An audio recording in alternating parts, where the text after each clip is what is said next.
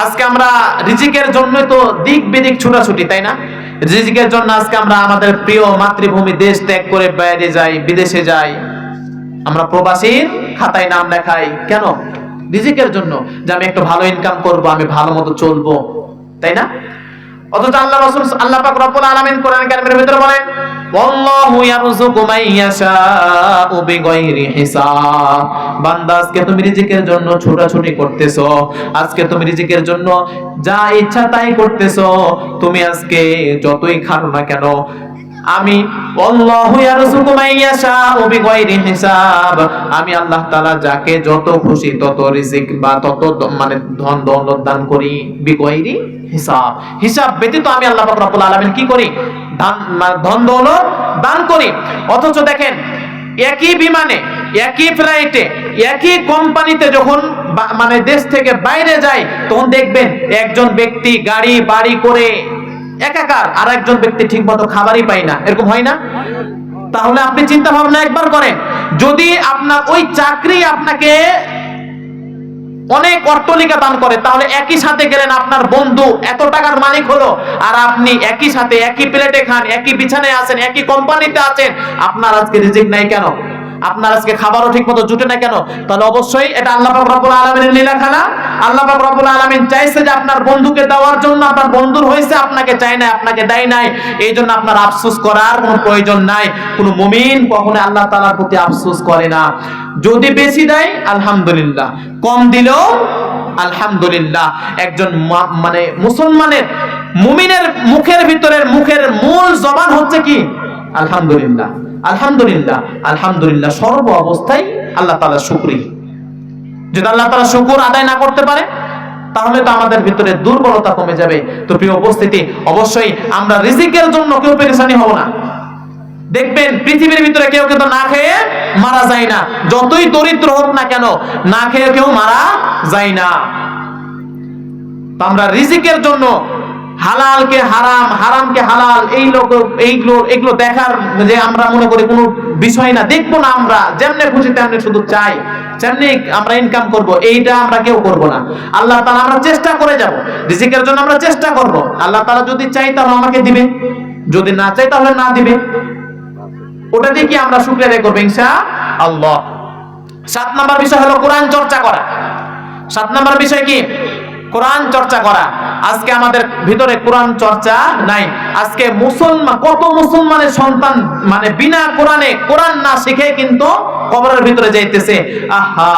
অথচ আপনি একবার চিন্তা ভাবনা করে দেখেন, আপনার সন্তানকে আপনি ইংলিশ মিডিয়ামে পড়াইলেন, আপনার সন্তানকে আপনি বড় বড় ডিগ্রি দিলেন, আপনার সন্তানকে আপনি মানে সবচাইতে উচ্চ লেভেলে চাকরিও দিলেন, সবকিছু করাইলেন অনেক কষ্ট করে, কিন্তু আফসোস আপনার সন্তানকে, আপনার মেয়েকে, আপনার ছেলেকে আপনি একটা বারের জন্য কোরআনটা শিক্ষা দিতে পারলেন না। আপনি হতভাগা বাবা। আপনি এত কিছু তাদের পিছনে, এই দুনিয়াবি খ্যাতি অর্জন করার জন্য এত কিছু করলেন, আপনার মাথার ঘাম পায়ে ফেলে, রক্তকে পানি করে তাদের টাকা আপনি মানে পাই টু পাই দিলেন, কিন্তু আপনার সন্তানের মুখের ভিতরে আলিফ লাম মিম যালিকাল কিতাবু লা রাইবা ফীহ, এই শিক্ষাটা দিতে পারেন নাই, এই শিক্ষা আপনি দেন নাই। আপনি বাবা নামেও গাফেল। কারণ আপনার হতে হবে আপনার সন্তানকে কোরআন শিক্ষা দেওয়া। শুধুমাত্র সন্তানকে কোরআন শিক্ষা দেওয়া, আমার আপনার শিক্ষা করা লাগবে না? হ্যাঁ, আমার আপনারও কোরআন শিক্ষা করা। এই জন্য কিন্তু এই যে আমাদের আমরা সেতুপাড়া যুব সমাজ কর্তৃক আয়োজিত যে তাফসীর হয়, এটার এই কমিটিরাই একটা হচ্ছে বয়স্কদের কোরআন শিক্ষা কোর্স চালু আছে, চলতেছে, অনেকদিন যাবত চলতেছে, প্রায় গত বছর থেকে শুরু হয়েছে। এবং যারা চাকরিজীবী বলেন, ব্যবসায়িক বলেন, এবং যারা হচ্ছে দিনমজুরি আছে, তারাও কিন্তু শিক্ষা গ্রহণ করতেছে। এই অলরেডি প্রায় 1 বছরের মাথায় 12 জন কোরআন ধরেছে, আলহামদুলিল্লাহ। ফ্রি, সম্পূর্ণ ফ্রি কোর্স চালায় এই তাফসীরুল কোরআন মাহফিলের উদ্যোগে। মনে করিয়েন না যে শুধু তাফসীর হয় আর বসে থাকে, না, চেষ্টা প্রত্যেকটি কমিটিগুলা এটাকে কিভাবে আরো সামনের দিকে আগানো যায়, কিভাবে সমাজের ভিতরে ভালো কাজ করা যায়, এই ফিকিরটা কিন্তু কমিটির গিয়ে আছে, করে। প্রত্যেকটি কমিটি ফিকির করে যে কিভাবে ভালো কাজ করা যায়। তবে কি আমরা একবারেই বড় হতে পারবো না, আস্তে আস্তে বড় হবো, তাই না? আপনারা পাশে থাকবেন তো সব সময় ইনশাআল্লাহ। তো আজকে যদি পাশে থাকবেন এবং আপনারা এটাকে যেভাবে সামনে এগিয়ে নেওয়া যায় সে চেষ্টাও আপনারা করবেন, করবো তো ইনশাআল্লাহ, ইনশাআল্লাহ। তো যাই হোক, কোরআন চর্চা, যে ব্যক্তি কোরআন পড়ে তাদের ফজিলত কি? আল্লাহ রাসূল সাল্লাল্লাহু আলাইহি ওয়াসাল্লাম বলেছেন, যেই ব্যক্তি কোরআন শিক্ষা করে সেই ব্যক্তি এই দুনিয়ার ভিতরে সর্বশ্রেষ্ঠ। যে ব্যক্তি কোরআন শিক্ষা করে এবং শিক্ষা দেয়, খায়রুকুম মান তাআল্লামাল কুরআনা ওয়া আল্লামা। যে ব্যক্তি কোরআন শিখে সে উত্তম, যে শিক্ষা দেয় সে উত্তম। কিন্তু আজকে আমাদের সমাজের ভিতরে তারাই সবচাইতে অবহেলিত, তারাই সবচাইতে লাঞ্ছিত, তাই না? আজকে যারা কোরআন, আজকে আমরা আমাদের সন্তানকে মাদ্রাসায় দিতে চাই না কেন? এই দিলে তো কি হবে, এই 5-10 হাজার টাকা বেতনে চাকরি করবে, তারা কিভাবে খাবে, মানুষের বাড়িতে খাবে, এইরকম কত চিন্তা ভাবনা। আমার অন্যান্য ছেলেগুলা মানে বিদেশে যে বা অন্যান্য কিছু করে মেলা কিছু করবে, আর আমার ছোট ছেলে ভাইয়েরা কিছুই করতে পারবে না, এরকম চিন্তা ভাবনা করে দিয়ে তখন মানে লাইনকে কাটছাট করতে চায়। প্রিয় হাজরিন, দেখেছেন কি কোন মাদ্রাসা ছাত্র সন্ত্রাস দেখেছেন? হয়তোবা এক একটা, যদিও বা থাকে এক একটা, আর এক একটা এটা গণনার ভিতরে পড়ে না।